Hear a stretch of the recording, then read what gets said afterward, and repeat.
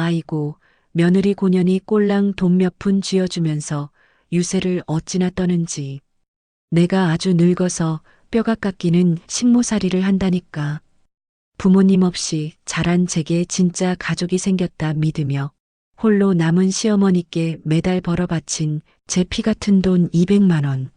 하지만 제 순수한 호의는 동네 노인정에서 악독한 며느리의 푼돈으로 둔갑해 사람들의 안주거리로 질겅질겅 씹히고 있었습니다. 그 소름 끼치는 뒷담화의 전말을 우연히 전해 들은 순간 저는 머리끝까지 차오르는 배신감에 용돈 자동이체를 가차없이 해지해 버렸죠. 바로 다음날 시댁은 쑥대밭이 되어버렸는데요. 호의가 계속되면 권리인 줄 아는 사람에게 진짜 유세가 무엇인지 뼈저리게 보여준 통쾌한 반격. 지금 시작합니다. 시작하기 전에 좋아요 버튼 꾹 눌러주세요. 여러분들 하루에 축복이 가득하길 기원합니다. 살다 보니 참 별일이 다 있어요. 사람 마음이라는 게 제가 진심을 다한다고 해서 상대방도 같은 무게로 받아주는 건 아니더라고요. 오히려 제 선의가 누군가에게는 교묘하게 이용하기 딱 좋은 방패막이가 될 수도 있다는 걸 이번에 뼈저리게 깨달았습니다. 지금 이 순간에도 그때의 기억을 떠올리면 주먹을 꽉 쥐게 되네요. 일찍이 부모님을 여의고 세상에 덩그러니 남겨졌던 저에게 가족이라는 단어는 늘 가슴 한구석을 시리게 만드는 아픈 손가락과도 같았습니다. 그래서 지금의 다정한 남편을 만나 결혼을 결심했을 때 제 인생에 드디어 진짜 내 편, 진짜 가족이 생겼다고 굳게 믿었거든요. 솔직히 말씀드리면 저는 원래 결혼 생각도 없었어요. 평생 혼자 일만 하면서 제 한 몸 간수나 잘하자고 독하게 마음먹고 살았었는데 한없이 따뜻한 남편을 만나고 그 사람의 어머니까지 제 가족으로 품게 되면서 제 삶의 방향이 완전히 바뀌었던 거죠. 시어머니를 제 친엄마처럼 모시며 평생을 따뜻하게 기대어 살자고 속으로 수백 번도 더 다짐하며 살아왔던 애틋한 시간들이었습니다. 저는 정말이지 그 새로운 가족관계에 이미 진심이었으니까요. 햇살이 유난히 따갑게 내리쬐던 어느 화창한 주말 오후였어요. 오랜만에 시댁 동네에 볼 일이 있어 들렀다가 아파트 단지 어귀를 돌아서는 찰나에 우연히 노인정 회장님과 정면으로 마주치게 되었습니다.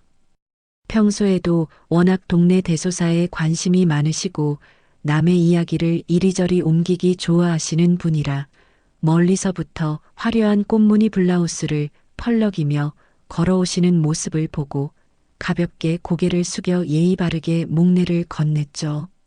회장님은 손에 들고 있던 검은색 비닐봉지를 바닥에 툭 내려놓으시더니 제 두 손을 덥석 부여잡고는 아주 호들갑스럽게 반색하시더라고요. 주름진 얼굴 가득 사람 좋은 미소를 띠며 제 손등을 팡팡 토닥이시는 회장님의 눈빛은 무언가 할 말이 잔뜩 쌓인 사람처럼 호기심으로 반짝이고 있었습니다.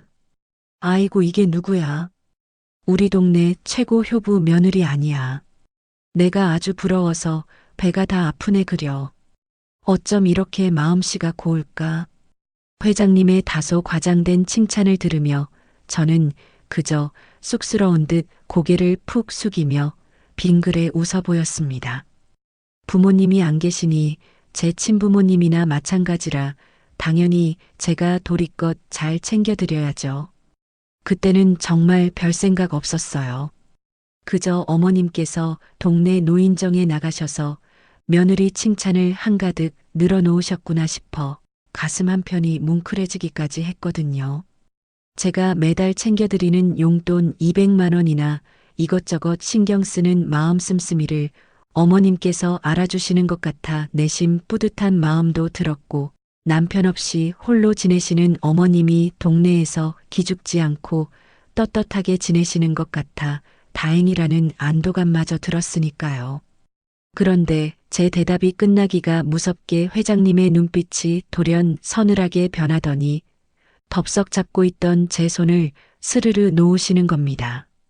방금 전까지 사람 좋게 웃던 입꼬리는 어느새 비딱하게 올라가 있었고 주변에 듣는 사람이 없는지 고개를 이리저리 휙휙 돌려 살피시더니 제 귓가로 바싹 다가와 아주 은밀하고도 소름 돋는 목소리로 속삭이셨어요. 내가 진짜 답답해서 호구 노릇 그만하라고 말해주는 거야. 처음에는 며느리가 돈 줘서 노인 일자리도 안 나가도 된다고 그렇게 자랑을 해대더니 요새는 아주 말이 확 바뀌었어. 며느리가 고아라 그런지 배운 게 없어서 그런다고 어찌나 얘기를 꺼내는지. 꼴랑 돈 몇 푼 쥐어주면서 며느리가 온갖 유세는 다 떨고 자기를 아주 식모 취급한다며 매일같이 노인정에서 흉을 보는데 내가 다 기가 막혀서 순간 제 안에서 팽팽하게 당겨져 있던 이성의 끈 같은 무언가가 툭 하고 끊어지는 소리가 귓가를 강타하는 것 같았습니다. 숨이 턱 막히면서 눈동자가 사정없이 흔들렸고 등줄기를 타고 식은 땀이 한 방울 주르륵 흘러내리는 것을 느꼈죠. 귀를 의심했어요. 거짓말이면 좋겠다고 속으로 수십 번을 외쳤지만 회장님의 확신에 찬 표정과 비웃음 섞인 말투는 그것이 명백한 사실임을 잔인하게 증명하고 있었습니다. 저는 마른 침을 꼴깍 삼키며 파르르 떨리는 입술을 깨물고 간신히 목소리를 쥐어짜내어 물었어요. 제가 어머님께 유세를 떤다고 하셨다고요? 제 떨리는 질문에 회장님은 쯧쯧 혀를 차며 어깨를 과장되게 으쓱해 보이시고는 본물 터지듯 어머님의 만행을 쏟아내기 시작하셨어요. 말도 마.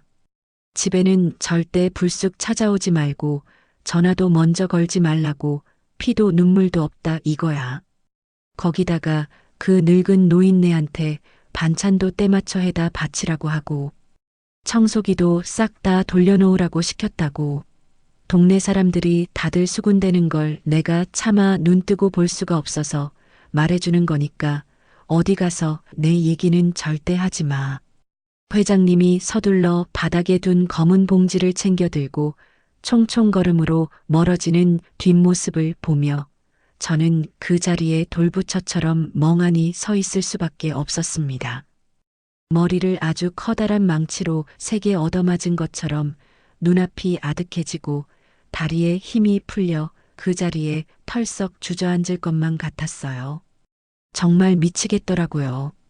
가슴 한가운데 커다란 구멍이 뚫려 매서운 겨울바람이 쌩쌩 불어닥치는 것 같은 지독한 허탈감이 온몸을 휘감았습니다.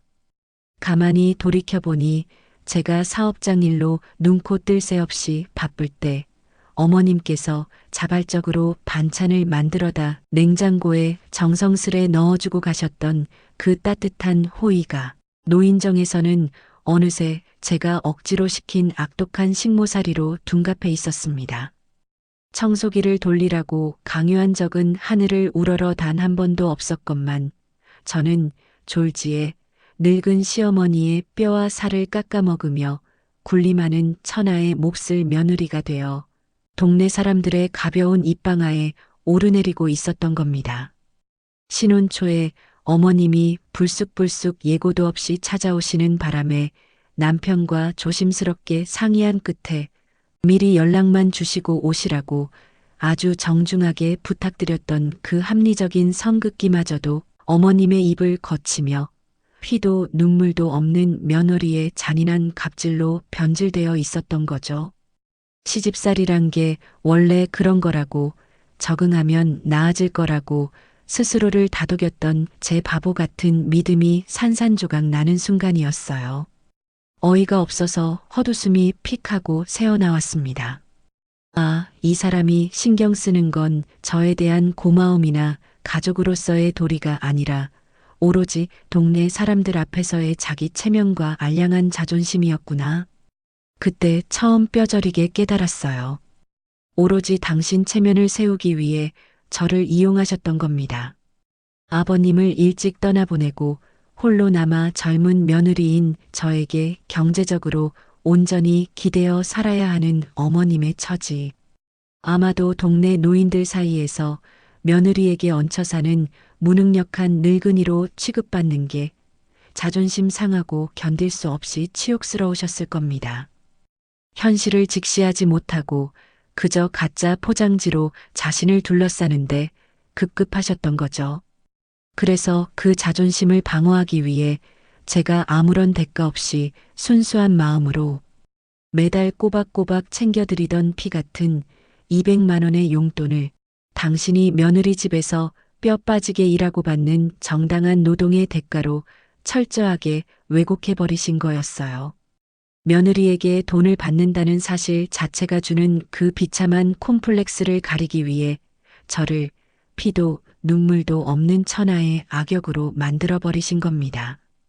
독한 며느리 밑에서 온갖 핍박과 수모를 받으면서도 아들 내외를 위해 꾹 참고 일하는 불쌍하고 헌신적인 시어머니 행세를 하며 동네 사람들의 얄팍한 동정과 쏟아지는 관심을 독차지하는 것.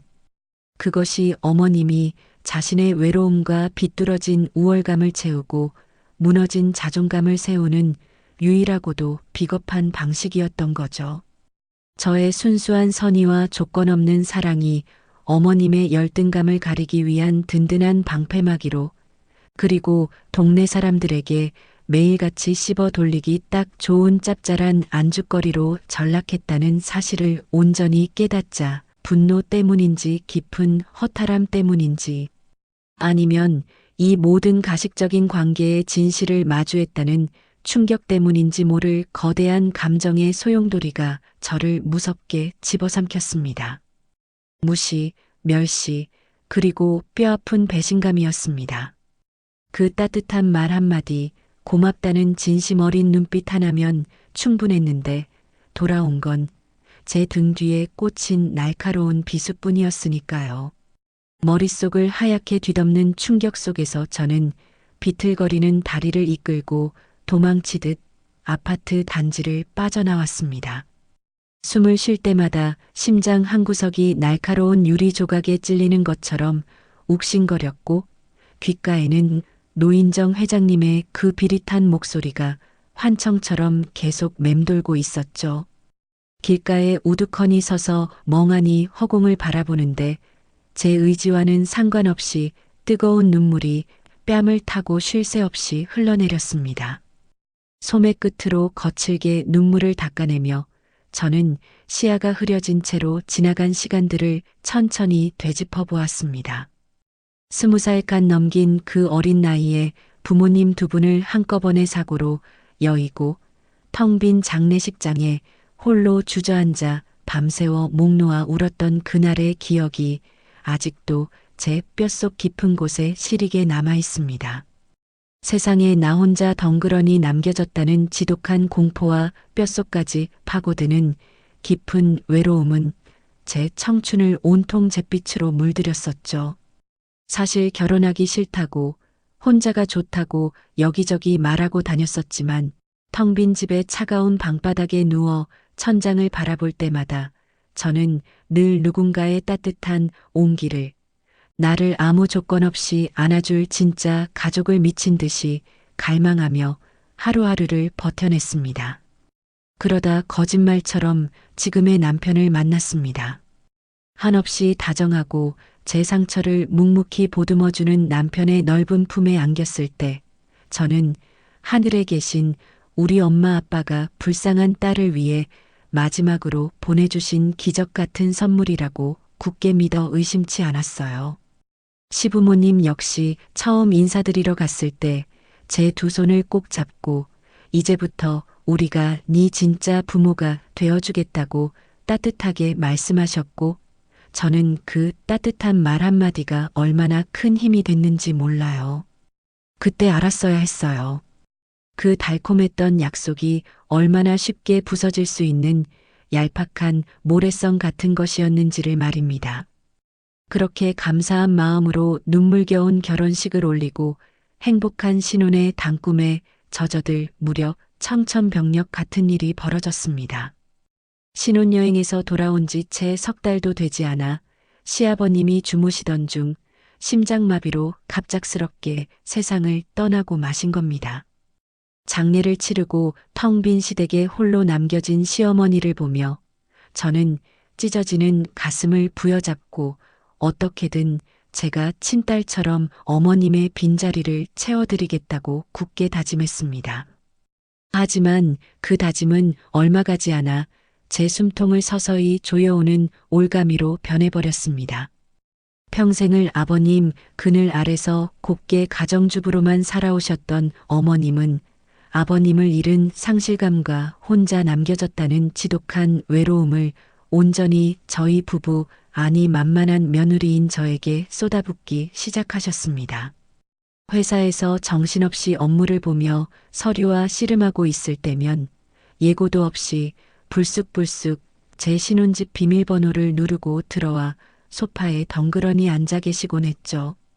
퇴근하고 파김치가 되어 집에 돌아오면 어둠 속에 우두커니 앉아 계시는 어머님의 실루엣을 보고 화들짝 놀라 가슴을 쓸어내린 적이 한두 번이 아니었습니다. 내가 텅 빈 집에 혼자 있으면 아주 숨이 막혀서 미칠 것만 같다.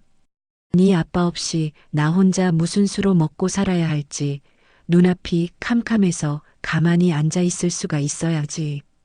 어머님은 매일같이 제 손을 붙잡고 눈물을 글썽이며 신세 한탄을 쏟아내셨습니다. 보다 못한 제가 동사무소에 가서 노인 일자리라도 한번 알아보시는 게 어떻겠냐고 아주 조심스럽게 권유를 해보았습니다. 사람들도 만나고 소일거리도 하시면 우울감도 훨씬 나아질 거라고 부드럽게 설득을 시도했죠. 하지만 제 말이 끝나기가 무섭게 어머님은 자리에서 펄쩍 뛰며 손사래를 거칠게 치셨습니다. 아니, 내가 평생을 집안에서 살았는데 이제 와서 남들 다 보는 길거리에서 쓰레기를 줍고 청소를 하라고? 동네 창피하게 그런 짓을 어떻게 하니? 차라리 혀를 깨물고 죽는 게 낫지. 어머님은 얼굴을 붉게 물들이며 대뜸 제 호의를 매몰차게 깎아내리셨습니다. 그날 밤 저는 남편을 식탁 앞에 앉혀놓고 밤이 새도록 머리를 맞대고 깊은 고민에 빠졌습니다. 우리는 아직 아이도 없고 부모님도 어머님 한 분밖에 안 계시니 우리가 조금 더 허리띠를 졸라매고 어머님의 노후를 책임지자고 남편의 손을 마주 잡으며 굳게 결심을 내렸죠. 다음 날 저는 은행에 가서 빳빳한 새 지폐로 200만 원을 뽑아 정성스레 봉투에 담아 어머님 품에 안겨드렸습니다. 어머님, 일 안 하셔도 돼요. 저희가 매달 이렇게 용돈 챙겨드릴 테니까 마음 편히 쓰시고 친구분들 만나서 맛있는 것도 사드세요. 저희가 자주 찾아뵙고 모실 테니까 대신 저희도 맞벌이라 피곤할 때가 많으니 불쑥불쑥 예고 없이 찾아오시는 것만 조금 조심해 주시면 좋겠어요. 저는 어머님의 두 손을 꼭 감싸 쥐고 진심을 다해 그리고 최대한 부드럽게 선을 그었습니다. 어머님은 돈 봉투를 받아 쥐고는 고개를 연신 끄덕이며 고맙다고 며느리밖에 없다고 활짝 웃어 보이셨죠. 그렇게 평화로운 1년의 시간이 흘렀습니다. 남편의 넘치는 사랑을 받으며 매달 어머님께 두둑한 용돈을 챙겨드리고 가끔 해다 주시는 반찬을 감사히 받아 먹으며 저는 효도도 하고 사랑도 받는 완벽한 가정을 꾸렸다고 자부하며 살아왔습니다. 하지만 그 모든 게 완벽한 착각이었습니다. 나를 친딸처럼 아끼고 이해해 주신 줄 알았던 그 평화로운 1년이라는 시간이 사실은 내 피 같은 돈을 꼬박꼬박 받아 챙기면서 뒤에서는 노인정 사람들을 모아놓고 나를 천하의 몹쓸 악독한 며느리로 난도질하고 있던 끔찍한 시간이었음을 깨닫자 걷잡을 수 없는 배신감이 화산처럼 폭발했습니다. 현관문을 열고 텅 빈 거실로 들어서자마자 저는 들고 있던 가방을 바닥에 신경질적으로 내동댕이 쳤습니다. 쿵 하고 가방이 떨어지는 소리가 텅 빈 집안에 날카롭게 울려 퍼졌죠. 숨을 헐떡이며 소파에 털썩 주저앉아 두 손으로 얼굴을 마른 세수하듯 거칠게 쓸어내렸습니다. 정말 미치겠더라고요. 어이가 없어서 헛웃음이 비집고 새어나왔습니다. 호의가 권리인 줄 아는 사람에게 진짜 자비 없는 권력이 무엇인지, 진짜 유세가 뭔지 아주 뼛속 깊이 새겨주겠다고 독하게 마음을 먹었습니다. 저는 떨리는 손으로 코트 주머니를 뒤져 스마트폰을 꺼내 들었습니다.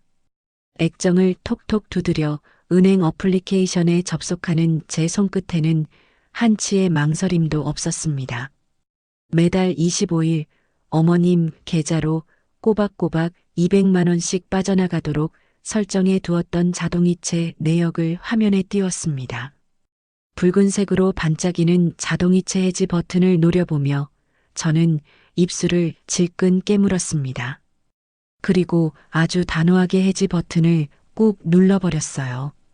정상적으로 해지 처리되었다는 팝업창이 화면에 떠오르는 순간 허탈함 때문인지 아니면 그 모든 거짓된 굴레에서 벗어났다는 해방감 때문인지 모를 복잡한 감정이 밀려오며 가슴을 짓누르던 거대한 돌덩이 하나가 쿵 하고 떨어져 나가는 기분이 들었습니다. 창밖이 어스름해질 무렵 띠릭거리는 도어락 소리와 함께 남편이 콧노래를 흥얼거리며 퇴근해서 돌아왔어요. 현관에 들어서며 해맑게 웃는 남편의 얼굴을 보자 억눌러 왔던 우라통이 다시금 머리끝까지 치밀어 올랐습니다. 저는 코트도 벗지 못한 남편의 팔목을 거칠게 잡아 끌어 거실 소파에 강제로 앉혔습니다. 영문을 모르고 눈을 둥그렇게 뜬 남편을 향해 저는 오늘 노인정 회장님을 만나 들었던 그 끔찍하고도 소름 돋는 이야기들을 토시 하나 빠뜨리지 않고 쏟아내기 시작했습니다. 제가 어떤 취급을 받고 있었는지, 제가 바친 200만 원이 어떻게 제 목을 조르는 칼날이 되어 돌아왔는지 숨도 쉬지 않고 속사포처럼 퍼부었죠. 차라리 내가 부탁한 조건이 서운하고 섭섭했다면 나한테 직접 대놓고 말할 것이지. 내 돈 200만 원은 매달 한 푼도 안 빼놓고 다 받아 챙기면서 어떻게 뒤에서는 나를 천하의 몹쓸 독사 같은 며느리로 만들어버릴 수가 있어. 내가 언제 자기를 식모 만들었는데, 내가 언제 청소기를 돌리라고 강요를 했어? 핏대가 선 제 목소리는 거실을 날카롭게 찢어놓을 듯이 크게 울려 퍼졌습니다. 그 말을 듣는 남편의 표정이 순식간에 하얗게 질리며 딱딱하게 굳어지는 게 보였죠. 남편이 당황해서 더듬거리며 입을 열려 했지만 저는 남편의 말을 칼같이 잘라내며 쐐기를 박았습니다. 나 이제 어머님 얼굴 2번 다시 안 볼 거야.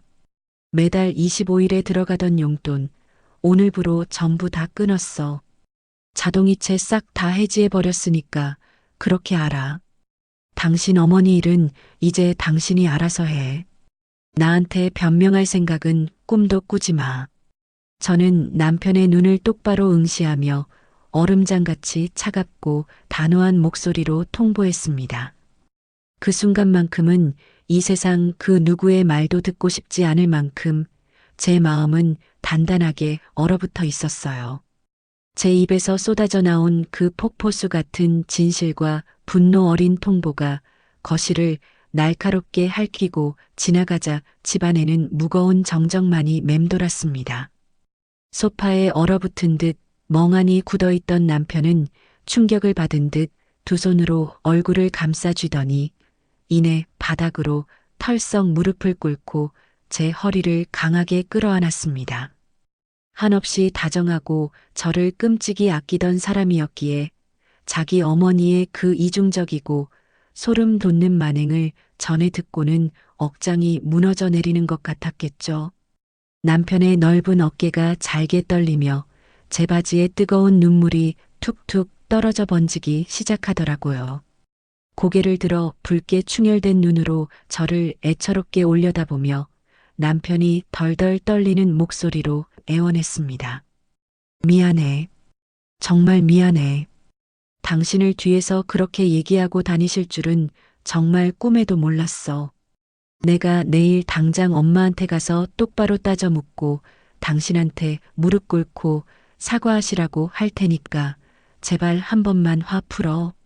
저는 저를 끌어안은 남편의 단단한 팔을 아주 차갑고 힘있게 떼어내며 한치의 흔들림 없는 서늘한 눈빛으로 남편의 젖은 눈을 똑바로 마주 보았습니다.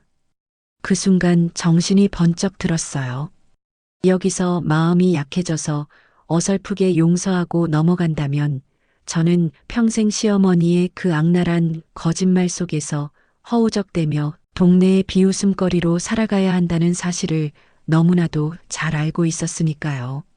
말해봤자 소용없어. 남들 앞에서는 며느리 욕하며 동정표 다 얻어놓고 이제 와서 사과한다고 그 소문이 주워 담아져? 나 이미 어머님한테 정 뚝 떨어졌고 앞으로 영원히 볼 일 없어. 용돈도 끝이고 왕래도 절대 안 할 거니까 더 이상 내 앞에서 어머님 편들면서 고집 부리지 마. 얼음장같이 차갑고 단호한 제 선언에 남편은 더 이상 입을 열지 못하고 고개를 푹 숙인 채 바닥만 멍하니 바라보며 제 결정을 조용히 수용할 수밖에 없었습니다. 그날 이후로 집안에는 살얼음판을 걷는 듯한 팽팽한 긴장감이 감돌기 시작했어요. 저는 평소와 다름없이 출근해서 사업장 업무를 척척 해내고 퇴근 후에는 남편과 저녁을 먹으며 일상을 유지했지만 제 머릿속은 온통 다가올 25일에 맞춰져 있었습니다. 달력의 숫자가 하루하루 25일을 향해 달려갈 때마다 제 가슴 속에서는 알 수 없는 전투력이 활활 불타오르는 것을 느꼈습니다. 언제 터질지 모르는 시한폭탄을 품고 사는 것처럼 2주일이라는 시간이 어떻게 지나갔는지 모를 정도로 폭풍전야의 고요함이 우리 부부의 일상을 지배하고 있었죠. 마침내 원래대로라면 어머님의 계좌로 200만 원이라는 피 같은 거금이 입금되어야 할 25일 저녁이 다가왔습니다. 퇴근 후 식탁에 앉아 식은 물을 들이켜며 거실 테이블 위에 올려둔 스마트폰 화면을 뚫어지게 노려보았습니다. 저녁 8시가 넘어가자 거짓말처럼 스마트폰이 요란하게 진동하며 방 안의 정적을 깨뜨리기 시작하더군요. 발신자 화면에 선명하게 떠오른 이름은 시어머니였습니다. 화면을 뒤집어 엎어버리고 시원하게 무시할까 아주 잠깐 생각했어요. 하지만 전화를 받지 않으면 어머님이 또다시 예고도 없이 불쑥 신혼집 현관문을 두드리며 동네가 떠나가라 행패를 부릴 것이 뻔했기에 저는 마음을 아주 단단하게 다잡고 심호흡을 한번 크게 한 뒤 통화 버튼을 위로 쓸어 올렸습니다. 전화를 귀에 가져다 대기가 무섭게 수화기 너머로 어머님의 신경질적이고 오만한 목소리가 고막을 날카롭게 찔러왔어요. 예. 오늘이 분명 용돈 입금 날인데 내 통장에 왜 아직도 돈이 안 찍혀 있냐? 내일 당장 내 카드값 빠져나가야 하는데 돈도 제때 안 보내고 대체 정신을 어디다 두고 다니는 거야? 자신의 잘못은 꿈에도 모른 채 오로지 돈 내놓으라며 당당하게 따져 묻는 그 아나무인한 태도에 저는 어이가 없어서 실소가 픽하고 터져 나왔습니다. 순간 제 안에서 마지막으로 아주 작게 남아있던 일말의 동정심마저 깔끔하게 증발해버리는 것을 느꼈죠. 저는 소파에 등을 꼿꼿하게 기대고 앉아 아주 냉랭하고 서늘한 목소리로 준비했던 직격탄을 날렸습니다. 어머님, 꼴랑 돈 몇 푼 쥐어주는 걸로 제가 온갖 유세 좀 떨어보려고요. 동네 사람들한테 제가 어머님을 아주 지독하게 식모 취급한다고 그렇게 신나게 떠들고 다니셨다면서요. 사람을 천하의 몹쓸 악질로 만드셨으면 그만한 대가는 치르셔야죠. 앞으로 어머님 용돈은 10원 한 장 없습니다. 제 서늘한 말이 끝나자마자 전화기 너머에서는 찬물을 흠뻑 뒤집어 쓴 듯 숨막히는 정적이 흘렀습니다. 당황해서 어쩔 줄 모르며 헉헉대고 벌벌 떠는 어머님의 거친 숨소리만 수화기를 통해 생생하게 전해져 올 뿐이었죠. 변명조차 제대로 하지 못하고 입을 꾹 다문 채 덜덜 떠는 그 비겁한 침묵에 저는 코웃음을 치며 마지막 쐐기를 사정없이 박았습니다. 아무 말씀 없으시면 이만 끊습니다.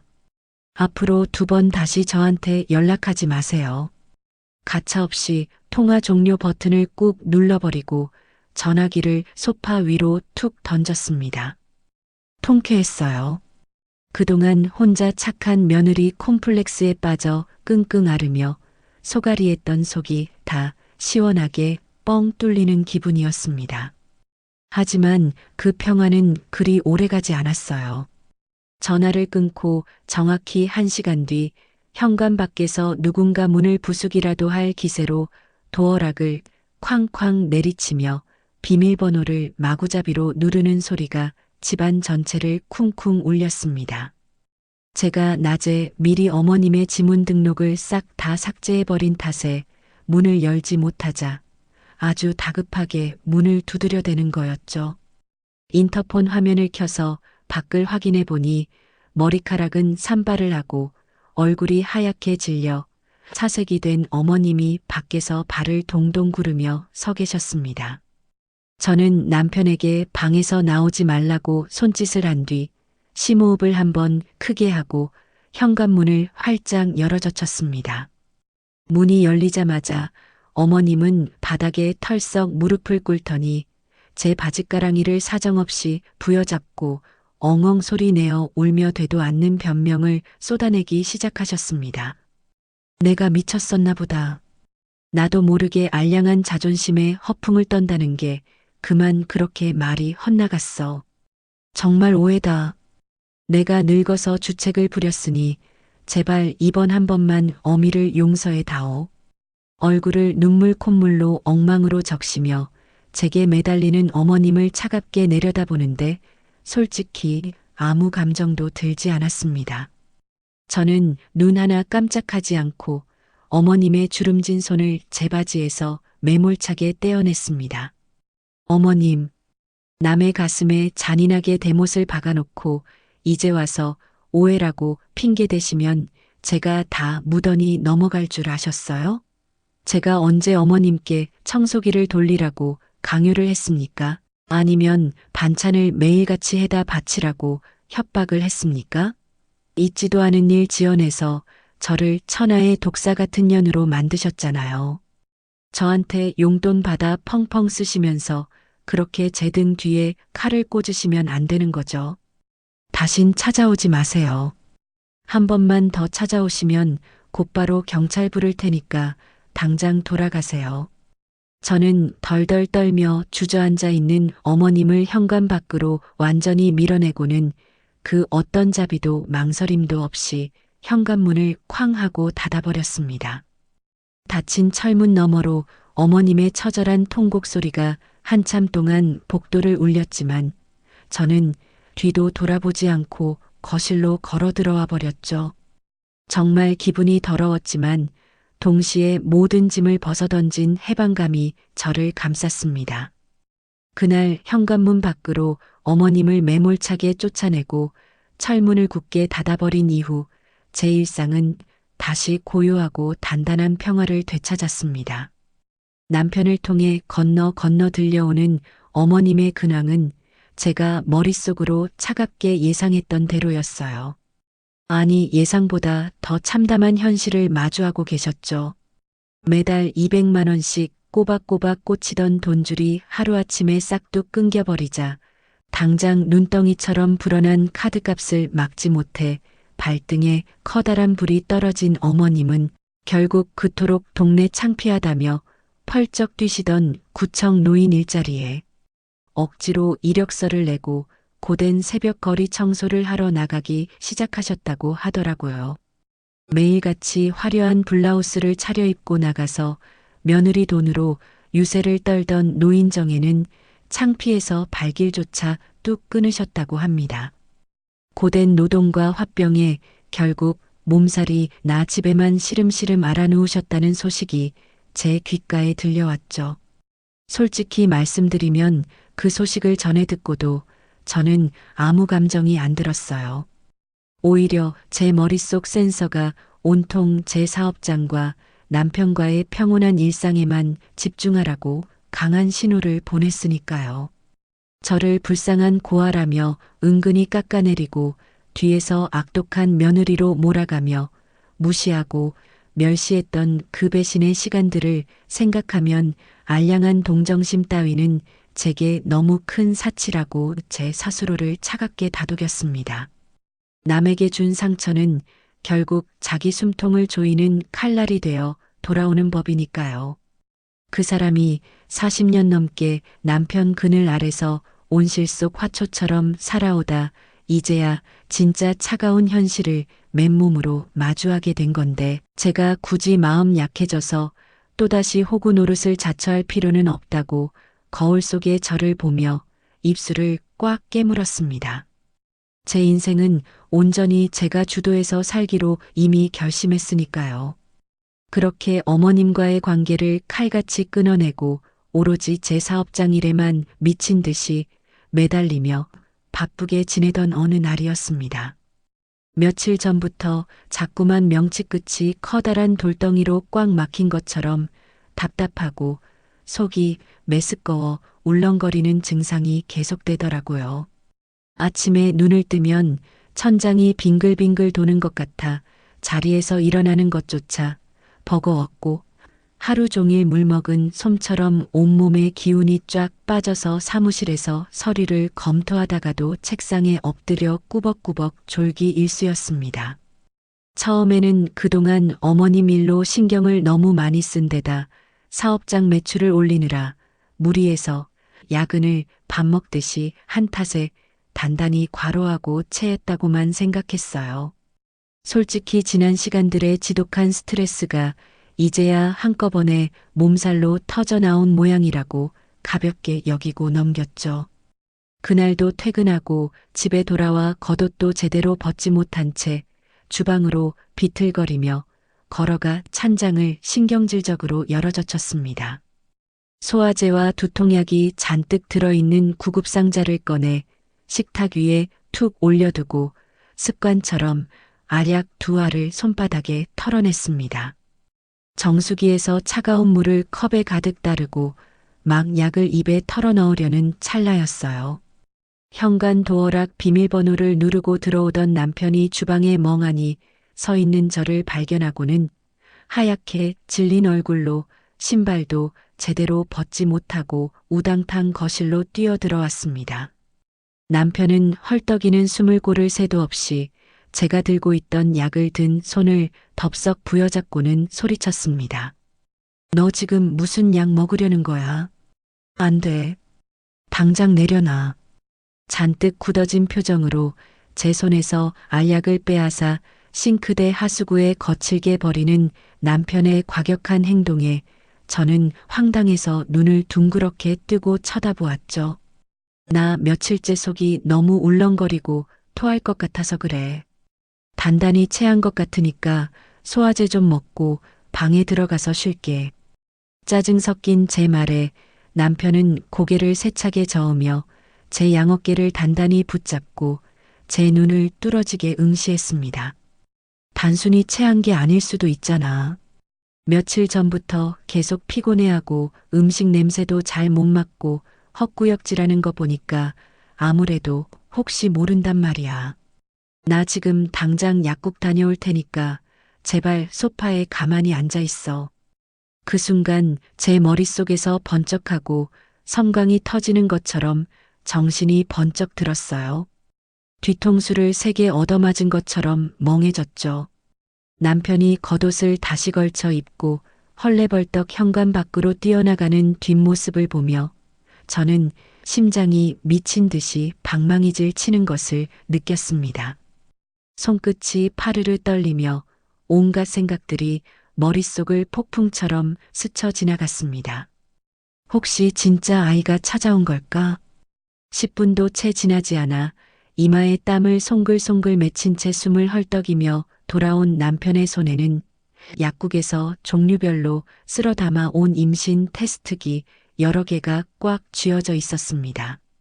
남편의 덜덜 떨리는 손에서 테스트기를 건네받아 화장실로 들어가는 제 발걸음은 무겁고도 가벼웠어요. 차가운 변기 위에 쪼그려 앉아 플라스틱 막대기에 시선을 꼼짝없이 고정하고 결과를 기다리는 그 짧은 3분이 제 인생에서 가장 길고 피 말리는 시간처럼 느껴졌습니다. 제발, 제발 나에게도 진짜 가족을 보내주세요. 속으로 수천 번을 간절히 기도하며 눈을 질끈 감았다 떴습니다. 하얀색 창 위로 아주 선명하고 또렷한 붉은색 두 줄이 천천히 떠오르기 시작했습니다. 진짜 미치겠더라고요. 심장이 입 밖으로 튀어나올 것만 같았습니다. 문을 벌컥 열고 거실로 뛰쳐나온 저는 두 줄이 선명하게 찍힌 테스트기를 쥔 손을 허공에 번쩍 들어 올리며 짐승처럼 환호성을 내질렀습니다. 소파 앞에 초조하게 서서 손톱을 물어뜯으며 덜덜 떨고 있던 남편 역시 선명한 붉은색 두 줄을 확인하자마자 어린아이처럼 펄쩍 뛰어오르며 제 허리를 와락 끌어안고 거실을 빙글빙글 돌기 시작했죠. 우리한테 아기가 생겼어. 드디어 우리한테 진짜 가족이 생겼다고. 남편의 넓고 따뜻한 품에 꽉 안겨 목 놓아 소리치며 저는 그동안 꾹꾹 참아왔던 뜨거운 눈물을 왈칵 터뜨리고 말았습니다. 20대 초반에 부모님 두 분을 한꺼번에 비극적인 사고로 떠나보내고 이 넓고 차가운 세상에 홀로 덩그러니 남겨졌던 지독한 결핍의 시간들이 주마등처럼 눈앞을 스쳐 지나갔습니다. 남들처럼 평범하게 엄마 아빠를 부르며 투정 부리고 싶었던 그 짙은 그리움과 아무리 발버둥 쳐도 채워지지 않던 지독한 외로움을 평생 가슴속에 무거운 돌덩이처럼 안고 살아왔거든요.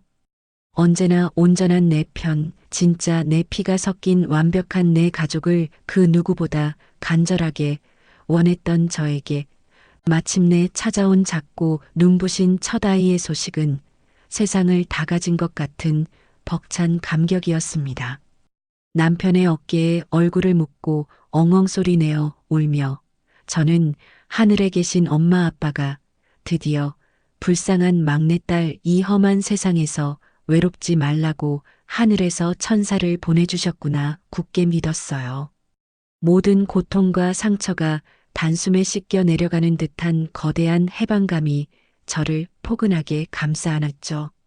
한참을 부둥켜 안고 감격의 눈물을 쏟아내던 남편이 저를 소파에 아주 조심스럽게 앉히고는 주머니에서 스마트폰을 꺼내 만지작거리며 깊은 고민에 빠진 표정을 지었습니다. 손가락으로 액정을 툭툭 치며 제 눈치를 슬금슬금 보던 남편이 아주 조심스럽고 기어들어가는 목소리로 입을 뗐습니다. 나 엄마한테 이 소식 알려야 할 것 같아. 아무리 우리가 연을 단호하게 끊었어도 손주가 생겼는데 모르게 하는 건 자식된 도리가 아닌 것 같아서 그래. 전화만 딱 한 통만 짧게 할게. 평소 같았으면 어림도 없는 소리 하지 말라며 당장 전화기를 빼앗아 바닥에 박살을 내버렸겠지만 뱃속에 새로운 생명이 찾아왔다는 벅찬 기쁨 때문인지 제 마음을 둘러싸고 있던 단단한 얼음벽도 아주 미세하게 녹아내리는 것 같았습니다. 내 아이에게 핏줄이라는 존재를 완전히 지워버리는 게 과연 옳은 일일까 하는 찰나의 고민도 스쳤고요. 저는 말없이 입술을 꾹 깨물고 고개를 가볍게 끄덕여 허락의 뜻을 내비쳤죠. 남편이 거실 테이블 위에 스마트폰을 올려두고 스피커폰을 켜고 전화를 걸자 신호음이 두 번도 채 울리기 전에 아주 다급하게 전화를 받는 어머님의 거친 숨소리가 거실에 울려 퍼졌습니다. 아들, 웬일이니? 네가 먼저 전화를 다 하고 무슨 일 있는 건 아니지? 잔뜩 주눅이 들어 눈치를 보며 덜덜 떨리는 어머님의 목소리에 남편은 헛기침을 한 번 하고는 목소리를 가다듬고 아주 담담하게 임신 소식을 전했습니다. 나 아빠 됐어. 방금 임신 테스트기 2줄 나왔어. 그 짧은 한마디가 허공에 떨어지기가 무섭게 수화기 너머에서는 짐승이 울부짖는 것 같은 처절하고도 커다란 통곡 소리가 댐이 무너지듯 터져나왔습니다. 숨이 넘어갈 듯 펑펑 우는 어머님의 울음소리가 거실 전체를 찌렁찌렁하게 울렸죠. 아이고 세상에. 우리 예쁜 며느리가 드디어 임신을 했구나. 정말 축하한다 아들.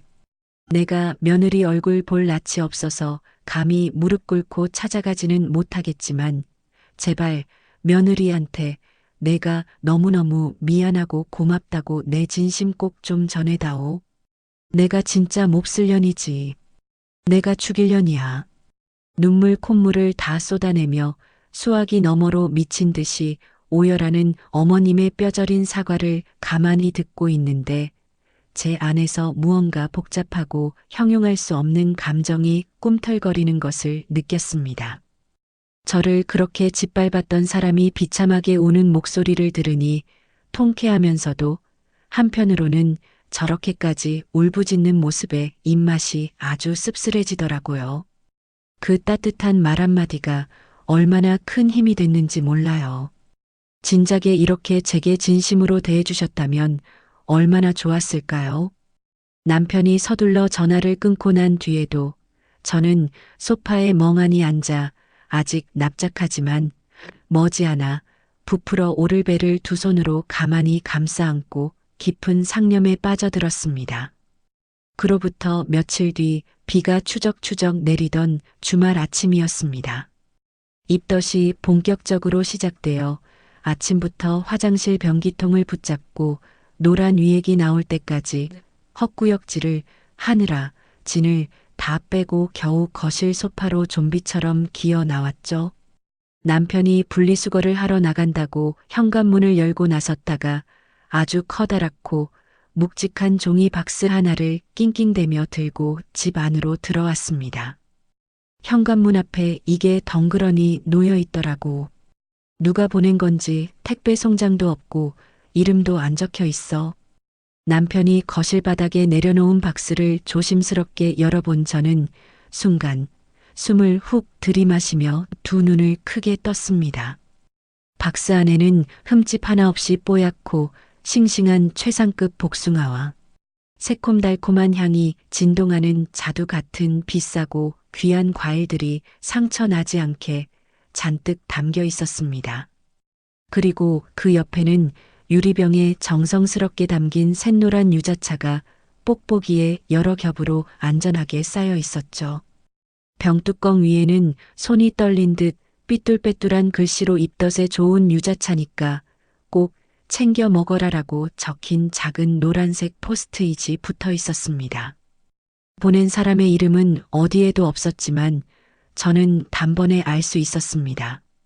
며칠 전 전화로 그토록 목 놓아 오열하며 며느리에게 미안하다고 빌었던 어머님이 제 눈앞에 차마 나타나지는 못하고 모두가 잠든 새벽녘에 저희 집 앞까지 찾아와 조용히 박스를 두고 가셨다는 사실을요. 굽은 등으로 무거운 박스를 들고 가파른 계단을 헉헉대며 올랐을 어머님의 젖은 뒷모습을 상상하니 차갑게 얼어붙었던 제 가슴 한구석에서 정체를 알 수 없는 뜨겁고 뭉클한 무언가가 속절없이 솟구쳐 오르는 것을 느꼈습니다. 그날 현관문 앞에 덩그러니 놓여있던 유자차와 과일 상자를 시작으로 어머님의 그림자 없는 방문은 아주 조심스럽고도 꾸준하게 이어졌습니다.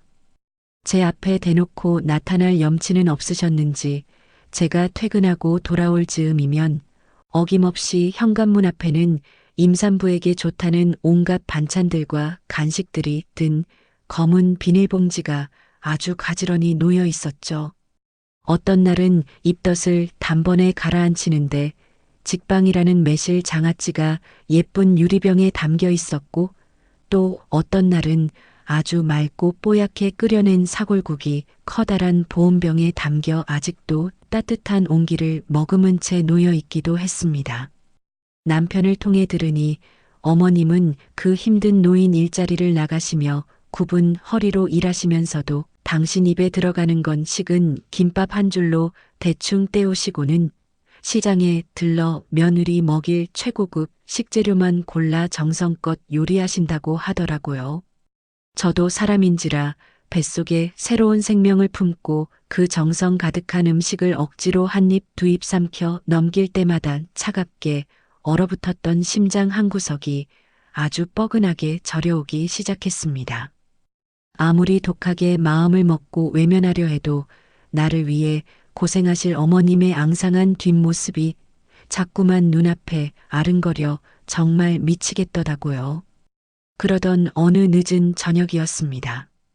불룩하게 솟아오른 배를 부여잡고 어머님이 몰래 두고 가신 반찬통을 냉장고에 넣으려고 하나씩 꺼내고 있는데 제일 밑바닥에 깔려있던 반찬통 아래에 꼬깃꼬깃하게 접힌 낡은 편지 봉투 하나가 툭 하고 거실 바닥으로 떨어지는 겁니다. 저는 숨을 죽이고 봉투를 주워들어 아주 조심스럽게 안에 편지지를 꺼내 펼쳐보았죠. 고된 노동에 손이 심하게 떨리신 건지 아니면 눈물에 푹 젖어서 번져버린 건지 삐뚤빼뚤하게 한 글자 한 글자 아주 꾹꾹 눌러 쓴 어머님의 못난 글씨가 제 시야에 가득 들어왔습니다. 편지의 내용은 단순한 사과와 핑계를 넘어선 한 늙고 가여운 여자의 처절한 고해성사나 다름없었어요. 평생을 아버님이라는 큰 나무 그늘 아래서 세상 물정 전혀 모르는 온실 속 화초처럼 의지하며 살아오다 하루아침에 남편을 잃었을 때 느꼈던 그 끔찍한 공포, 그리고 애지중지 평생을 바쳐 키운 하나뿐인 아들마저 며느리에게 온전히 빼앗겨 버린 것만 같아 매일 밤 불 꺼진 방구석에서 짐승처럼 가슴을 치며 느꼈던 그 지독하고도 짙은 노년의 고독과 두려움이 낡은 편지지 구석구석에 아주 절절하게 녹아 있었습니다. 며느리가 주는 피 같은 돈을 쓰면서도 고마운 줄 몰랐던 게 아니라 돈 앞에서도 한없이 작아지고 무능력해지는 자기 자신이 너무 비참하고 끔찍하게 초라해서 동네 노인정 사람들에게라도 있는 허세, 없는 허세를 다 부리며 비겁한 거짓말을 할 수밖에 없었다는 눈물겨운 고백이 낱낱이 적혀 있었죠. 현실을 직시하지 못하고 가짜 자존심으로 자기를 포장해야만 숨을 쉴 수 있었던 한 인간의 밑바닥이 고스란히 드러나 있었습니다. 그 삐뚤어진 글귀들을 숨죽여 찬찬히 읽어내려 가는데 제 뺨 위로 뜨거운 눈물이 왈칵 쏟아져 내리고 말았습니다. 그저 변명이라고 차갑게 치부해버리기엔 그 활자 속에 담긴 지독한 외로움의 무게가 너무나도 무겁게 제 가슴을 짓눌렀거든요. 저는 그 자리에서 편지지를 가슴에 꽉 품은 채 20대 초반 아주 어린 나이에 세상의 전부였던 부모님을 한꺼번에 비극적인 사고로 잃고 세상에 나 홀로 덩그러니 남겨졌을 때 뼈저리게 겪어야 했던 저의 그 끔찍한 외로움을 아주 선명하게 떠올렸습니다. 아무리 발버둥 치고 애를 써도 채워지지 않던 그 거대한 공허함 속에서 어떻게든 살아남기 위해 발버둥 치며 때로는 남들에게 만만해 보이지 않으려 날 선 가시를 바짝 세웠던 제 과거의 상처투성이 모습이 어머님의 그 어리석고 밉상스럽던 허세 위로 너무나도 서글프게 겹쳐 보였습니다. 결국 어머님의 그 소름 돋게 얄밉던 행동들과 날선 거짓말들마저도 저와 똑같은 상실감과 버림받을지도 모른다는 극도의 두려움에서 비롯된 아주 얄팍하고 서글픈 방어기제였음을 가슴 깊이 이해하게 되자 제 마음을 아주 단단하게 감싸고 지켜주던 차가운 얼음벽도 속절없이 녹아내려 산산조각 무너지고 말았습니다. 시간은 참 무섭게도 흘러 어느덧 제 배가 남산만하게 불러오고 출산이 코앞으로 바짝 다가온 만삭의 무렵이 되었어요. 주말 아침 산부인과 정기 검진을 가려고 남편과 함께 현관문을 나섰는데 낡은 종이 쇼핑백 하나가 문 앞에 아주 다소곳하게 놓여 있는 겁니다. 남편이 쭈그리고 앉아 쇼핑백을 주워들어 안을 열어보더니 눈시울을 붉히며 조심스럽게 내용물을 꺼내 제게 보여주었죠. 그 안에는 시력이 좋지 않으신 어머님이 두꺼운 돋보기를 끼고 한 땀 한 땀 아주 서툰 솜씨로 직접 바느질해 만드신 새하얀 베네저고리와 부드러운 가재 손수건 여러 장이 아주 곱게 개켜져 있었습니다. 백화점에서 수십만 원을 주고 파는 명품 아기 옷들보다 훨씬 바느질 간격도 엉성하고 삐뚤빼뚤했지만 그 어떤 비싼 옷보다도 묵직하고 거대한 사랑과 정성이 꽉 들어차 있다는 걸 단번에 알 수 있었죠. 그 거친 베넷 저고리를 두 손으로 가만히 쓸어보며 저는 마침내 길고 길었던 갈등의 마침표를 찍을 아주 중대한 결단을 내렸습니다. 아무리 과거에 씻을 수 없는 상처를 주고받았다고 해도 제 목숨보다 소중한 우리 아이가 이 세상에 처음 태어나는 그 눈부신 순간에 자기 몸에 흐르는 진짜 핏줄인 할머니가 곁에서 따뜻하게 안아주고 벅차게 축복해주면 참 좋겠다는 생각이 간절하게 들었거든요. 돈으로 무 자르듯 끊어낸 인연의 끈을 다시 이어붙이는 건 결코 쉽지 않겠지만 아이를 품은 엄마로서 진짜 진정한 용서가 무엇인지 제가 먼저 용기 내어 손을 내밀어 보기로 단단히 마음먹었습니다. 여보, 우리 산부인과 가기 전에 어머님 댁에 먼저 좀 가보자. 당신이 얼른 운전해. 차 키를 챙겨들며 툭 던진 제 말에 남편은 눈을 둥그렇게 뜨고 얼어붙어 있다가 이내 얼굴에 환한 화색이 돌아불이 나게 주차장으로 뛰어가 요란하게 시동을 걸었죠. 저는 가방 속에 아이의 얼굴이 아주 선명하게 찍힌 최신 입체 초음파 사진을 구겨지지 않게 소중히 챙겨 넣고 조수석에 올라탔습니다. 어머님이 홀로 지내시는 아파트는 훨씬 더 쓸쓸하고 스산해 보였어요. 저는 잠시 가쁘게 차오르는 숨을 깊게 고르고는 아주 조심스럽고도 단호하게 초인종을 눌렀습니다. 딩동하는 벨소리가 나고 얼마 지나지 않아 집안에서 다급하게 걸어 나오는 슬리퍼 끄는 소리가 들리더니 문이 반쯤 조심스럽게 열렸습니다. 문틈 사이로 조심스레 얼굴을 내민 어머님의 모습은 제가 마지막으로 뵈었을 때보다 훨씬 더 수척하고 광대뼈만 앙상하게 남은 핏기 없는 얼굴이라 저도 모르게 헛숨을 깊게 들이켜고 말았습니다. 문 밖에 서 있는 제 얼굴을 확인한 어머님은 그 자리에 귀신이라도 본 사람처럼 하얗게 질린 표정으로 뻣뻣하게 얼어붙으시더니 어색하고 당황스러운 기색을 감추지 못하고 문고리만 만지작거리며 눈동자를 이리저리 굴리며 어쩔 줄 몰라 하셨죠. 차마 들어오라는 말 한마디 꺼내지 못하고 고개를 푹 숙인 채 눈물만 뚝뚝 흘리시는 어머님을 향해 저는 먼저 아주 환하고 따뜻하게 미소를 지어 보였습니다. 그리고 가방에서 조심스럽게 꺼낸 아이의 초음파 사진을 어머님의 앙상하고 주름진 두 손에 가만히 쥐어드렸습니다. 어머님, 저희 아기 얼굴이에요. 콧대가 아주 남편을 쏙 빼닮아서 너무 예쁘죠? 제 부드럽고 따뜻한 목소리에 흠칫 놀라며 손에 쥐어진 초음파 사진을 내려다보던 어머님은 결국 참았던 감정을 터뜨리며 사진을 가슴에 꽉 품은 채 털썩 주저앉아 짐승처럼 목 놓아 오열하기 시작하셨습니다.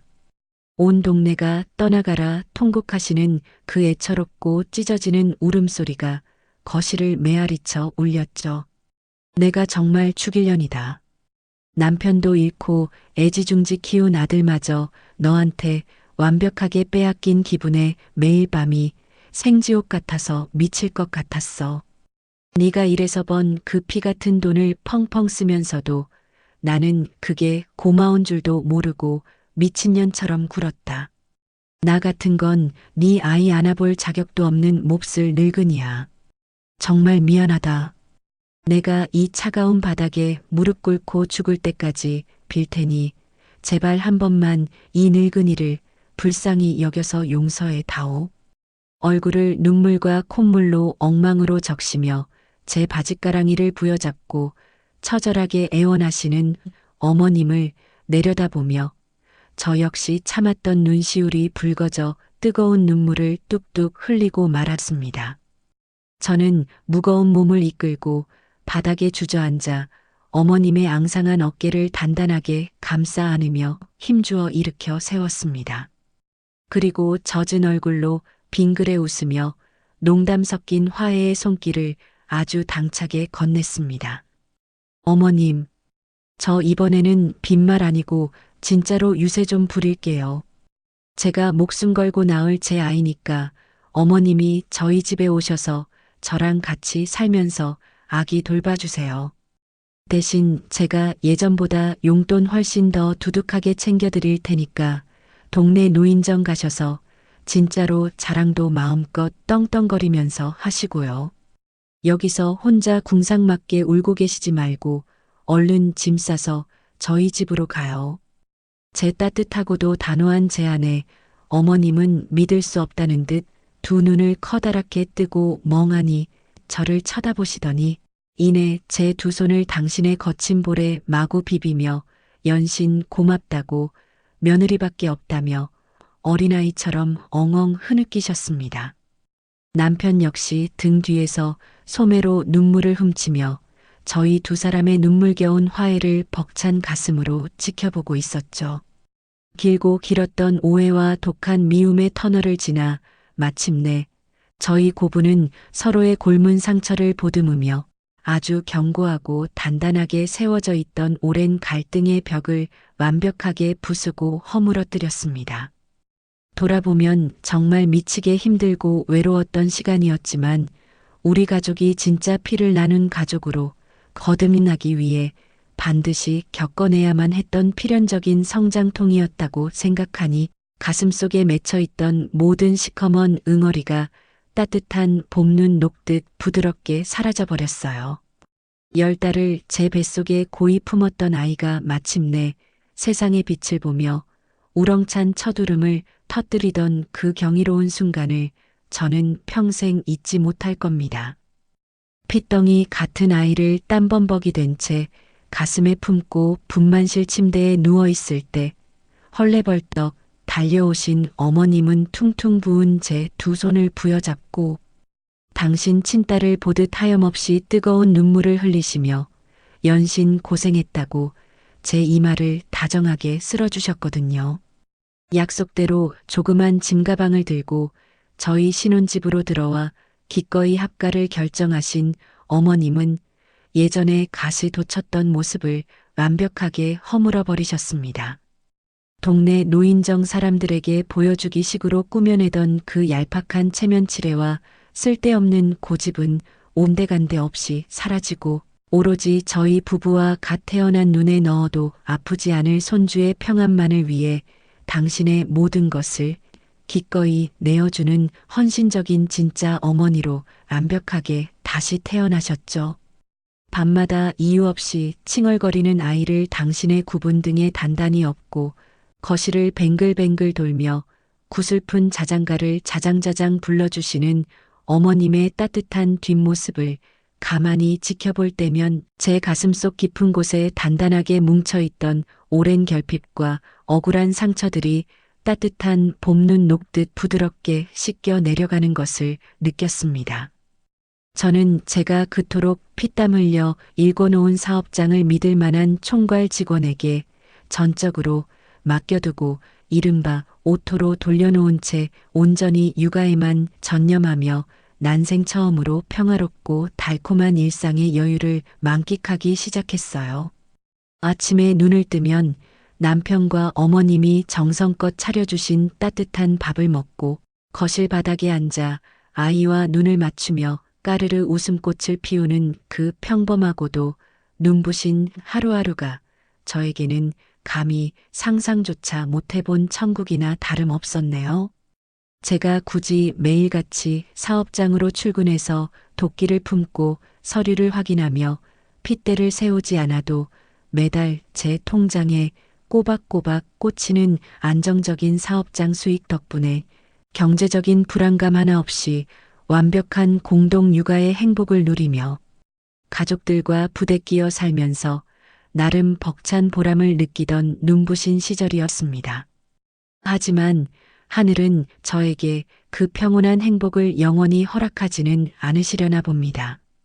무탈하게 자라난 아이가 돌을 무사히 넘기고 막 거실 소파를 짚고 비틀비틀 첫걸음마를 떼기 시작하며 저희 가족의 웃음소리가 가장 절정에 달했던 1년 뒤 어느 날이었어요.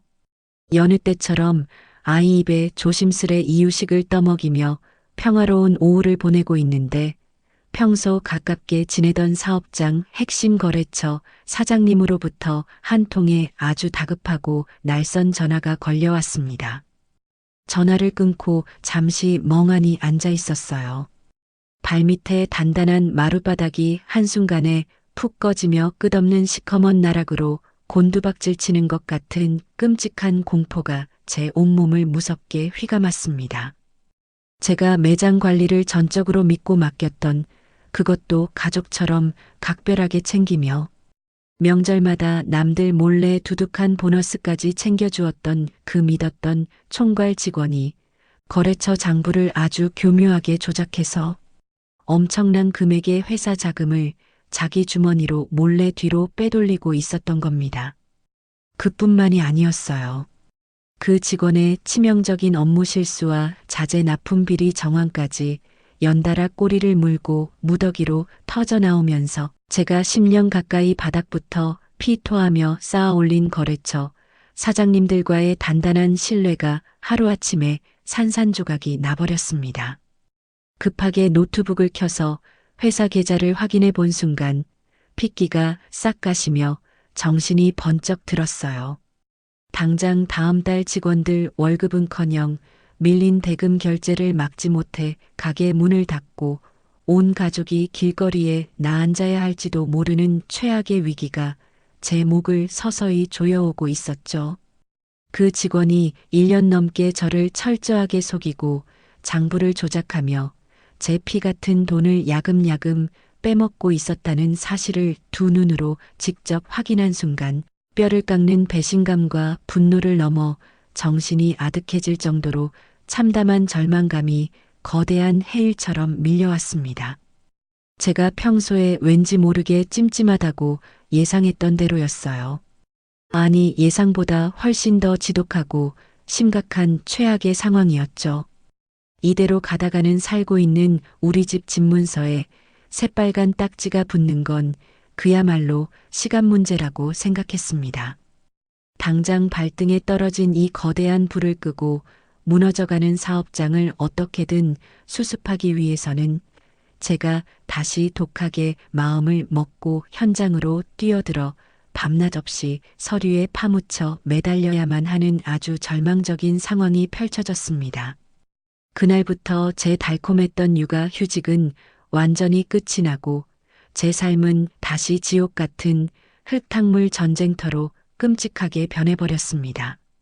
막 아장아장 걷기 시작하며 제 곁에서 한시도 떨어지지 않으려는 엄마 껌딱지가 되어버린 아이의 작고 보드라운 손을 매몰차게 뿌리치고 억지로 현관문을 나서야 하는 매일 아침 출근길은 제 가슴을 예리한 칼로 수천 번 사정없이 난도질하는 것 같은 끔찍한 고통이었습니다. 돌아선 제 등 뒤로 엄마를 부르며 찢어지게 우는 아이의 통곡 소리를 애써 모른 척하며 밖으로 뛰쳐나와 차 핸들에 머리를 박고 얼마나 서럽게 오열했는지 모릅니다. 매일같이 성난 거래처 사장님들을 일일이 찾아다니며 허리가 부서져라 고개를 숙이고 무릎까지 꿇어가며 빵꾸난 계약을 어떻게든 메우려 사방팔방으로 미친 듯이 뛰어다녔지만 한번 엎어진 신뢰의 물을 다시 주워 담는 건 그 옛날 밤을 세워가며 일했던 대학병원 3교대 간호사 시절보다 훨씬 더 고통스럽고 뼈를 깎는 험난한 길이었습니다. 서류 뭉치를 들고 이리저리 뛰어다니다 화장실 칸에 숨어 혼자 소리 죽여 끄끄대며 우는 날들이 셀 수조차 없이 많았어요. 매일 밤 자정이 훌쩍 넘은 시간에 파김치가 되어 천근만근 무거운 다리를 이끌고 집에 돌아오면 제 가슴을 더욱 찢어놓는 풍경이 저를 기다리고 있었습니다. 땀띠가 나도록 칭얼대는 아이를 업고 거실을 서성이다 지쳐 소파에 비스듬히 기대어 꾸벅꾸벅 조시는 어머님의 수척하고 주름진 얼굴을 마주해야만 했거든요. 70을 바라보는 노구의 쇠약한 몸으로 하루가 다르게 활동량이 엄청나게 늘어나는 그 에너지 넘치는 사내 아이를 온종일 혼자서 감당하시게 둔다는 건 아무리 화해를 했다고 한들 며느리로서 도저히 할 짓이 못 된다는 끔찍한 죄책감이 매일 밤 제 숨통을 강하게 조여왔습니다. 솔직히 말씀드리면 집에 있는 어머님과 아이 걱정에 밖에서 일을 하면서도 온통 정신이 산만해져 정말 미치겠더라고요. 새벽에 젖병을 물리며 꾸벅꾸벅 조는 어머님의 앙상한 손목을 볼 때면 차라리 이 썩어 빠진 사업을 당장 내일이라도 과감하게 포기하고 빚을 내서라도 가게를 헐값에 넘겨버리는 게 맞지 않을까 수백 번도 더 심각하게 고민하며 베개에 얼굴을 묻고 밤새 소리 죽여 눈물을 삼켰습니다. 2마리 토끼를 다 잡으려 욕심을 부리다가는 결국 내 목숨 같은 아이와 간신히 진심으로 화해한 어머님마저 모두 내 손으로 망치고 잃게 될 것 같아 지독한 딜레마 속에서 한 발짝도 나아갈 수가 없었습니다. 극심한 스트레스와 며칠 밤을 꼬박 세우며 서류를 뒤적이는 수면 부족이 겹치자 제 몸은 이미 튼튼하던 한계치를 한참 넘어서서 아주 날카로운 비명을 지르고 있었습니다. 입맛을 완전히 잃어 모래알 씹듯 밥알을 뱉어내기 일쑤였고 하루에 진한 블랙커피 몇 잔으로 간신히 쓰러지려는 몸을 위태롭게 지탱하며 하루하루를 버텨냈죠. 그러던 어느 날 저녁이었습니다.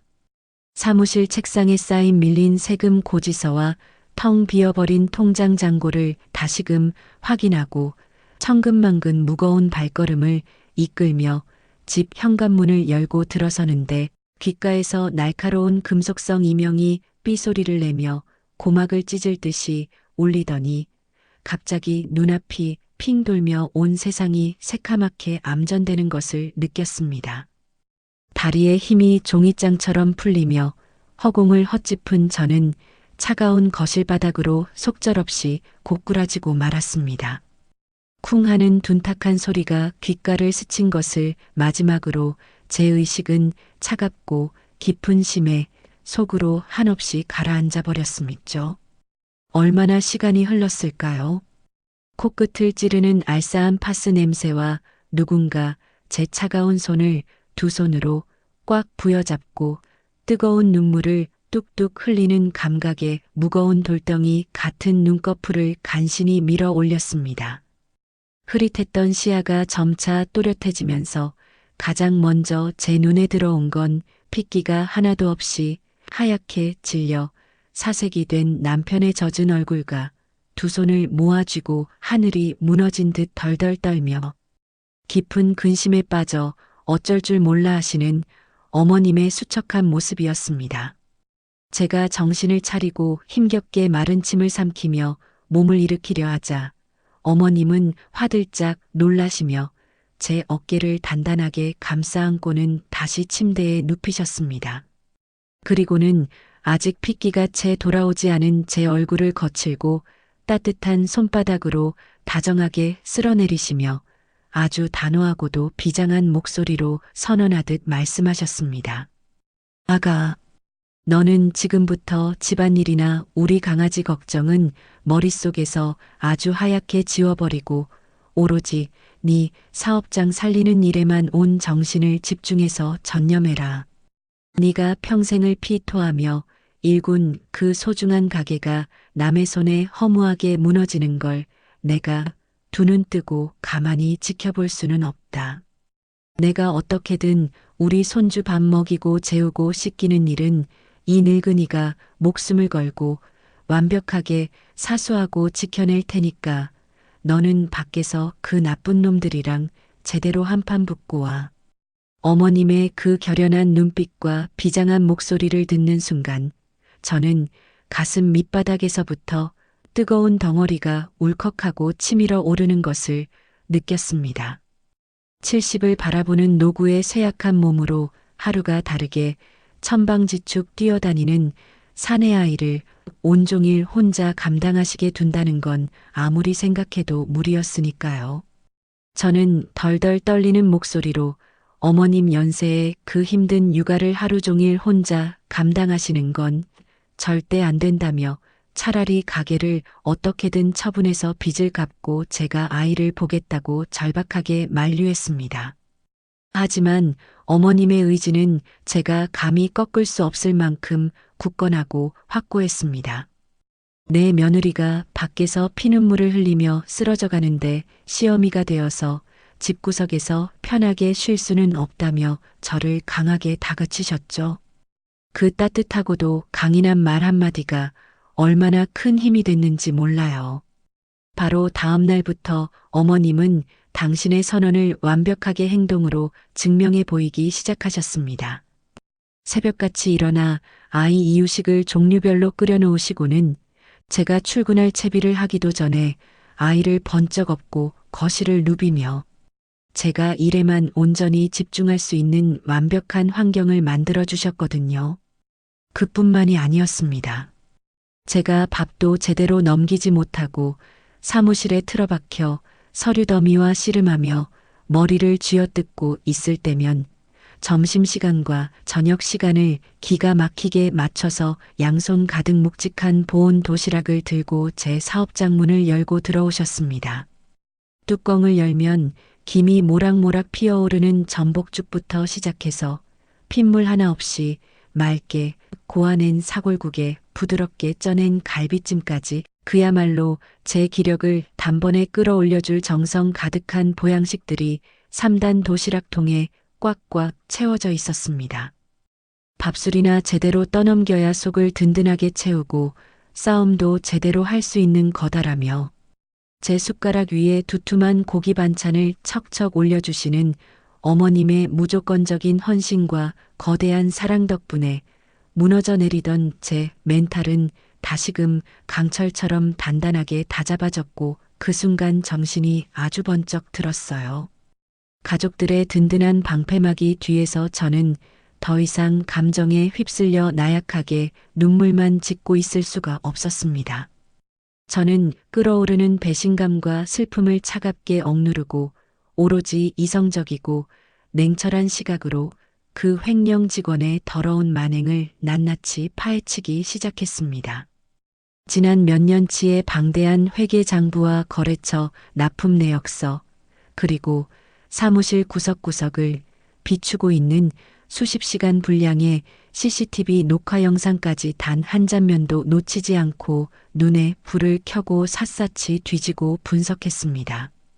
조각난 퍼즐들이 하나둘씩 맞춰지며 그 직원이 제 눈을 피해서 어떻게 교묘하게 자금을 뒤로 빼돌리고 거래처에 이중 장부를 들이밀며 장난을 쳤는지 그 명백한 증거들이 산더미처럼 쏟아져 나오기 시작했습니다. 어이가 없어서 헛웃음이 픽하고 새어나왔어요. 그렇게 가족처럼 챙겨줬건만 사람 등에 칼을 꽂아도 이렇게 악랄하게 꽂을 수는 없는 거였죠. 저는 그 치명적인 증거 자료들을 품에 안고 곧바로 실력 있는 변호사를 선임하여 그 어떤 얄팍한 자비나 선처도 없이 형사고소와 수억 원에 달하는 민사상 손해배상 청구를 동시에 매섭게 진행하며 제 단호하고도 잔인한 결단력을 그 직원에게 똑똑히 보여주었습니다. 경찰서를 오가며 조사를 받던 그 직원의 하얗게 질린 얼굴을 마주했을 때 제 가슴 속에서는 가동 안의 서름이 싹 씻겨 내려갈 만큼 아주 짜릿하고 뼈저리게 통쾌했어요. 하지만 직원을 감방에 쳐넣는다고 해서 이미 바닥으로 곤두박질 친 제 사업장의 신뢰가 하루아침에 회복되는 건 아니었습니다. 횡령 사건으로 인해 극도로 실망하고 등을 돌려버린 굵직한 거래처 대표님들의 굳게 닫힌 마음을 다시 돌려 세우는 일은 그야말로 뼈를 깎는 고통의 연속이었죠. 제가 사무실 문을 열고 들어가서 90도로 허리를 굽혀 인사에도 눈길 한 번 주지 않고 차가운 냉대와 호통을 치시는 분들이 태반이었습니다. 무시와 멸시, 그리고 싸늘한 시선이 비수처럼 날아와 꽂혔지만 저는 결코 포기하지 않고 매일같이 찾아가 문을 두드렸습니다. 단순히 감정에 호소하며 눈물로 빌고 매달리는 대신 저는 밤을 새워가며 완벽하게 다시 짜인 촘촘한 손에 복구 플랜과 이런 단위까지 투명하게 명시된 재무구조 개선 자료를 두꺼운 파일로 만들어 그분들의 책상 위에 당당하게 올려두었습니다.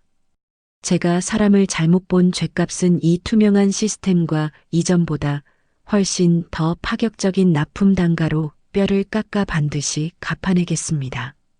저를 한 번만 더 믿고 지켜봐 주십시오. 특유의 부드러우면서도 단단하게 중심이 잡힌 저의 강단 있는 카리스마와 논리적인 설득에 얼음장처럼 차갑게 굳어있던 대표님들의 표정도 아주 서서히 누그러지며 마침내 제 서류에 다시 도장을 찍어주기 시작하셨습니다. 잃어버린 신뢰를 다시 주워 담아 꿰매는 그 치열한 과정 속에서 저는 발에 물집이 터지고 피가 나도록 밖으로 뛰고 또 뛰었죠. 그렇게 매일 밖에서 전쟁 같은 하루를 치러내고 자정이 훌쩍 넘은 깊은 새벽에 파김치가 되어 현관문을 열고 들어서면 온 집안의 불이 다 꺼져 있는 그 어둠 속에서도 주방 식탁 위만은 아주 환하게 불을 밝히고 있었습니다. 피곤에 지쳐 꾸벅꾸벅 조시면서도 제가 들어오는 도어락 소리에 화들짝 깨어나신 어머님은 겉옷도 벗지 못한 저를 식탁 의자에 앉히시고는 금방 지어내어 윤기가 자르르 흐르는 따뜻한 쌀밥과 보글보글 끓는 구수한 된장찌개를 제 앞에 소리 없이 차려주셨습니다. 숟가락을 들 힘조차 없어 멍하니 식탁을 바라보고 있는 제게 어머님은 제 손을 따뜻하게 포개어 주시며 아주 조용하지만 묵직한 목소리로 말씀하셨습니다. 힘들지 아가. 예전에 이 시어미가 아무것도 몰라서 허튼 짓 하고 돌아다닐 때 네가 피땀 흘려번 돈으로 나를 먹여 살리고 지켜줬잖니. 이제는 이 늙은 내가 무슨 수를 써서라도 너를 지킬 차례니까 밖에서 무슨 험한 일을 당하든 집 걱정은 아예 내려놓고 여기서 따뜻한 밥 먹고 푹 쉬어라. 그 뭉클하고도 벅찬 어머님의 한마디에 저는 숟가락을 쥔 채로 고개를 푹 숙이고 그동안 꾹꾹 참아왔던 뜨거운 눈물을 왈칵 터뜨리며 엉엉 소리 내어 울고 말았습니다. 된장찌개 국물 위로 제 짠 눈물이 뚝뚝 떨어져 번졌지만 그 어떤 진수성찬보다도 눈물겹게 달고 맛있는 새벽의 만찬이었습니다. 제 남편 역시 그 위기의 시간 동안 저를 혼자 외롭게 두지 않았어요. 퇴근하고 돌아오면 양복 재킷을 훌렁 벗어던지고 소매를 걷어붙인 채 산더미처럼 쌓인 아이 젖병을 삶고 거실에 널브러진 장난감들을 치우며 산더미 같은 집안일을 묵묵히 그리고 적극적으로 분담해 주었습니다. 당신 혼자 짊어지게 해서 미안해. 내가 더 잘할게. 제 어깨를 주물러주는 남편의 다정한 손길과 저를 위해 자신의 모든 것을 희생하며 버팀목이 되어주신 어머님까지 우리 세 사람은 그 거대하고 끔찍했던 위기 앞에서 누구 하나 도망치지 않고 그야말로 똘똘 뭉쳐 아주 견고한 하나의 방패막이가 되었습니다. 그렇게 온 가족이 뼈를 깎는 고통을 기꺼이 나누어 짊어지며 눈물과 땀으로 버텨낸 반년이라는 피나는 노력의 시간. 그 지독한 터널의 끝에서 제 사업장은 마침내 예전에 그 눈부셨던 매출 곡선을 완벽하게 회복하고 안정을 되찾는 기적 같은 성과를 이루어냈습니다. 혼자였다면 첫 파도에 휩쓸려 흔적도 없이 부서져 내렸겠지만 핏줄보다 더 진하고 단단하게 얽힌 우리 가족의 거대한 연대와 눈물겨운 희생이 있었기에 저는 그 지옥 같은 수렁에서 다시금 찬란하게 빛을 보며 우뚝 일어설 수 있었어요. 지옥 같았던 반년간의 피 말리는 사투가 마침내 끝이 나고 제 목숨과도 같았던 사업장이 완전히 정상 궤도에 다시 올라선 것을 기념하기 위해 우리 가족은 정말 오랜만에 다 함께 시내에서 가장 야경이 아름답고 근사하기로 소문난 최고급 레스토랑을 예약하고 아주 화려하고 벅찬 외식 나들이에 나섰습니다.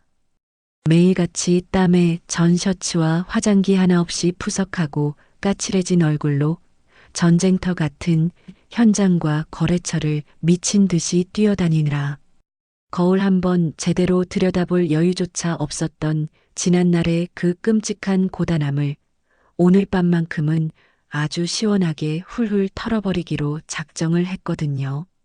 저는 옷장 가장 깊숙한 곳에 비닐 커버를 씌워 애지중지 걸어두었던 우아한 검은색 실크 원피스를 꺼내 입고 어머님께도 예전에 제가 첫 월급을 탔을 때 백화점에 모시고 가서 큰맘 먹고 사드렸던 고급스러운 베이지색 캐시미어 블라우스를 아주 곱게 차려입혀 드렸습니다. 은은한 샹들리에 조명이 부드럽게 쏟아지는 레스토랑의 푹신한 원탁 테이블에 온 가족이 둘러앉아 스테이크를 썰고 와인이 담긴 유리잔을 경쾌하게 쨍그랑 부딪히며 우리는 그동안 꾹꾹 참아왔던 벅찬 환호성을 아주 작게 터뜨렸습니다. 아기의 입가에 묻은 수프를 다정하게 닦아주시며 연신 싱글벙글 웃음꽃을 피우시는 어머님의 얼굴을 가만히 바라보던 저는 식사가 거의 끝나가고 달콤한 과일 디저트가 테이블 위로 세팅되자마자 핸드백 속에서 미리 정성스럽게 준비해온 아주 두툼하고 묵직한 흰색 돈 봉투 하나를 꺼내어 어머님의 따뜻한 두 손 위에 가만히 포개어 올려드렸습니다. 제가 밖에서 밤낮없이 발에 피가 나도록 뛰어다니며 잃어버린 거래처 사장님들의 마음을 되돌리고 빵꾸난 억 단위의 자금을 주거라 메우는 동안 집에서 천방지축 뛰어다니는 아이를 구분 등에 단단히 업고 뜬 눈으로 밤을 꼬박 새우며 제 빈자리를 완벽하게 지켜주신 어머님의 그 눈물겨운 헌신에 비하면 턱없이 모자란 액수였지만 제 온전한 진심과 존경을 아주 가득 채워 담은 특별한 보너스 봉투였거든요. 어머님 덕분에 제가 그 끔찍하고 아득했던 지옥에서 무사히 살아 돌아왔어요. 진짜 우리 어머님이 목숨 걸고 집안 지켜주지 않으셨으면 저 벌써 길거리에 나앉아서 펑펑 울고 있었을 거예요. 정말 고생 많으셨어요. 제 벅찬 목소리에 화들짝 놀라신 어머님은 내용물의 두께를 가늠하시고는 그 두툼한 봉투를 다시 제 쪽으로 황급히 밀어내시며 두 눈시울을 붉게 물들이시고 고개를 세차게 저으셨습니다. 아니다 아가.